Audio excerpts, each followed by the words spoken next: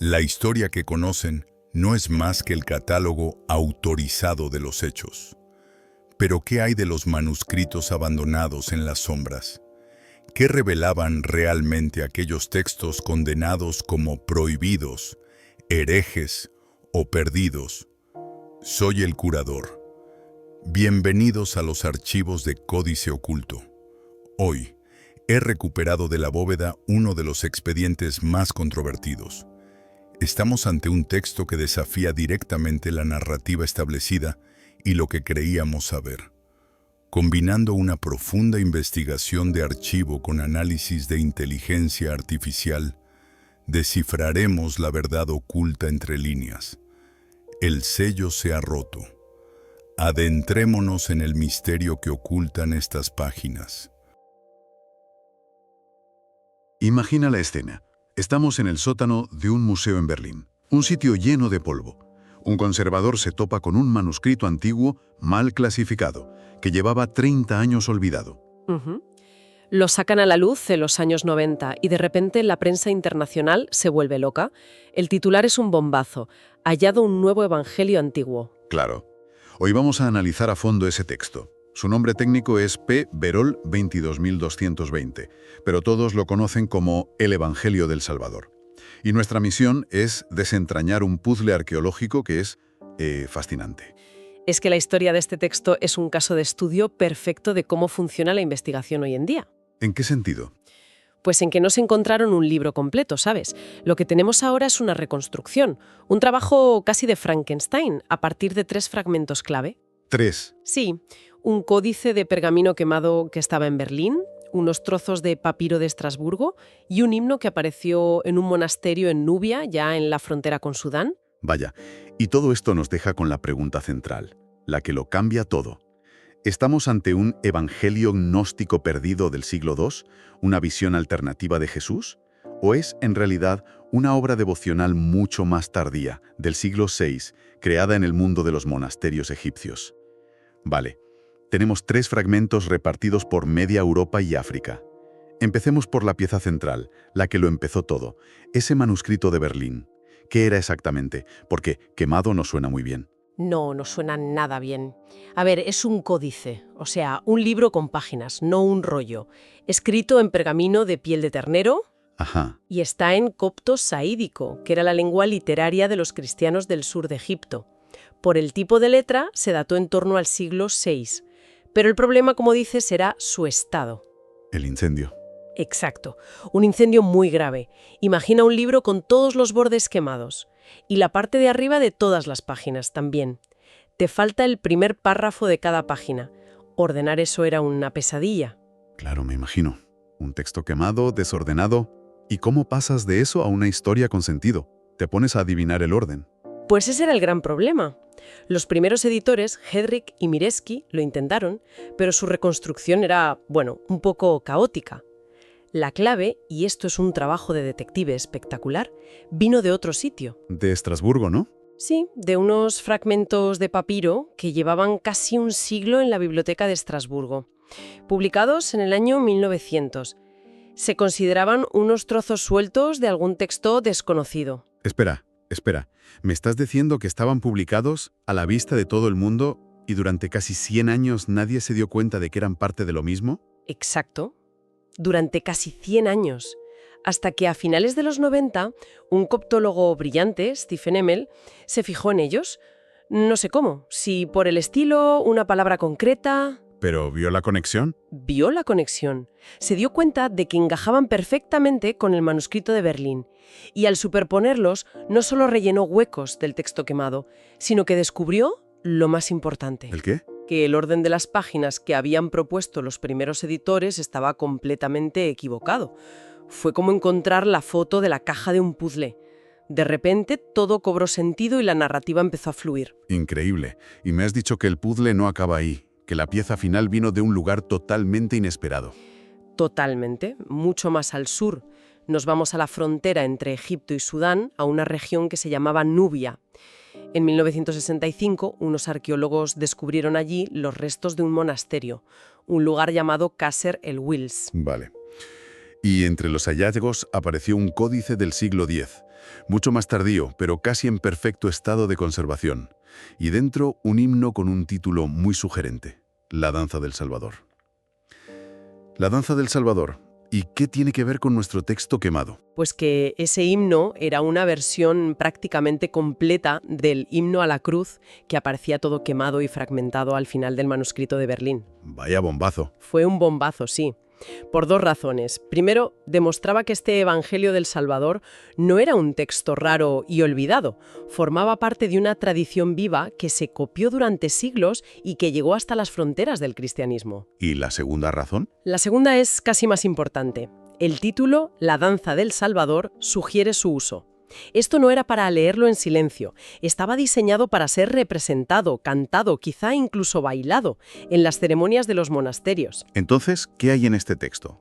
¿Es como los evangelios de Mateo o Marcos, pero con otros detalles?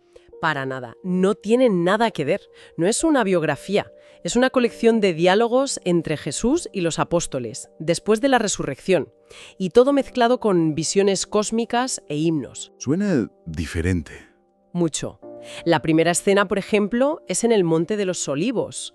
Los apóstoles están angustiados y de repente se transforman en cuerpos espirituales y tienen una visión.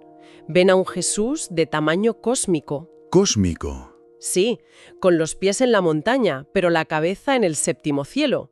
Y todos los poderes celestiales, los ángeles y arcángeles, inclinándose ante él. Vale, esto desde luego no es el material de la catequesis. Pero has mencionado que la teología era muy particular. ¿Qué es lo más distintivo del texto? Sin duda, la forma en que trata a la cruz. Para el autor, la cruz, a la que siempre llaman por su nombre griego, stauros, no es un objeto de madera, no es un símbolo inerte. Entonces, ¿qué es? Es un ser vivo, una entidad consciente, con la que Jesús habla, a la que consuela y da órdenes. Es casi un personaje más. O sea, una cruz que habla, o a la que se le habla. Exacto, a la que se le habla. Hay un pasaje increíble donde Jesús, antes de la crucifixión, se dirige a ella. Cito de la traducción. «Oh cruz, no temas. Soy rico, te llenaré con mi riqueza. Me montaré en ti, oh cruz. Seré colgado sobre ti. Madre mía». Es una relación muy íntima. Muy íntima, sí. La cruz se convierte en participante activa de la salvación. En un refugio cósmico. No es el instrumento de tortura, sino el vehículo de la gloria. Y esta idea culmina en esa danza del Salvador de Nubia. ¿Cómo era? ¿Se ponían los monjes a bailar de verdad? Probablemente sí, de una forma ritual. El himno tiene una estructura de llamada y respuesta, perfecta para una liturgia. Jesús canta un verso y los apóstoles responden en coro. Amén. Ah, claro. Por ejemplo, Jesús dice, «Te daré mi luz, oh cruz», y el coro responde, «Amén». Luego, «Tómame para ti, oh cruz», y ellos, «Amén». Recuerda un poco a la danza circular de los Hechos de Juan. Recuerda muchísimo. Refuerza la idea de que estas comunidades, sobre todo en los monasterios, vivían su fe de una forma muy física, muy corporal, no solo leyendo. Las fuentes también mencionan un aspecto, bueno, más oscuro o polémico del texto. Sí, y es importante tratarlo con imparcialidad. El texto, sobre todo en la versión completa de Qasar el-Wyss, tiene una fuerte polémica antijudía. Ajá. Algo que, hay que decirlo, no era infrecuente en parte de la literatura cristiana de la Antigüedad tardía. El texto dice que una de las funciones de la cruz en el juicio final será revelar la vergüenza de los judíos sin ley que me crucificaron. Vaya. En esta visión, la cruz no es solo un símbolo de salvación, sino que actúa como una especie de testigo de cargo en el juicio final. Es un elemento que hoy nos resulta muy incómodo, pero es crucial para entender la mentalidad de la época. De acuerdo.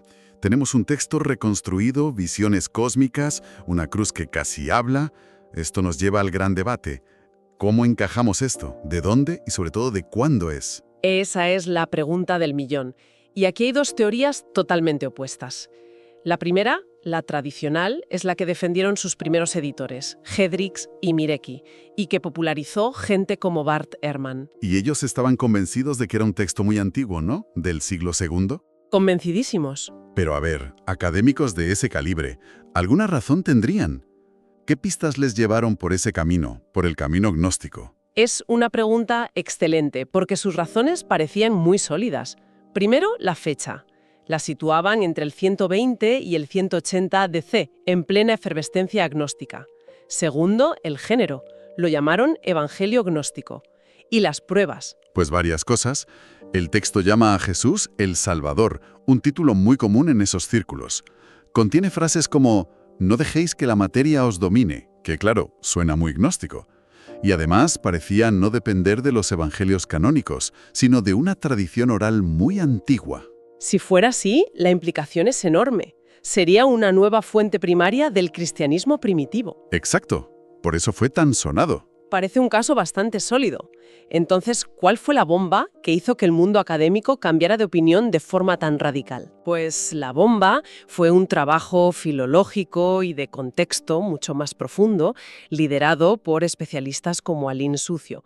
La visión revisionista que él propone lo cambia todo. ¿Y qué dice? Argumenta que la datación no es el siglo II, sino el V o incluso el VI después de Cristo. Y aquí el contexto es clave. Es después del Concilio de Calcedonia, del año 451. Un momento. Mencionas el Concilio de Calcedonia. ¿Por qué es tan importante para datar este texto? Es fundamental. Calcedonia fue el momento en que se definió la doctrina de las dos naturalezas de Cristo, y las decisiones del concilio provocaron un cisma, una ruptura, que llevó a la separación de varias iglesias orientales. Entre ellas la Iglesia Copta de Egipto. Entre ellas la que se convertiría en la Iglesia copta. A partir de ese momento, el cristianismo egipcio empieza a forjar su propia identidad teológica y literaria, a menudo en oposición a Constantinopla. Y el lenguaje y la teología de nuestro texto encajan perfectamente en el mundo posterior a esa división. Vale. ¿Y hay alguna prueba irrefutable de esa datación tardía? La pistola humeante.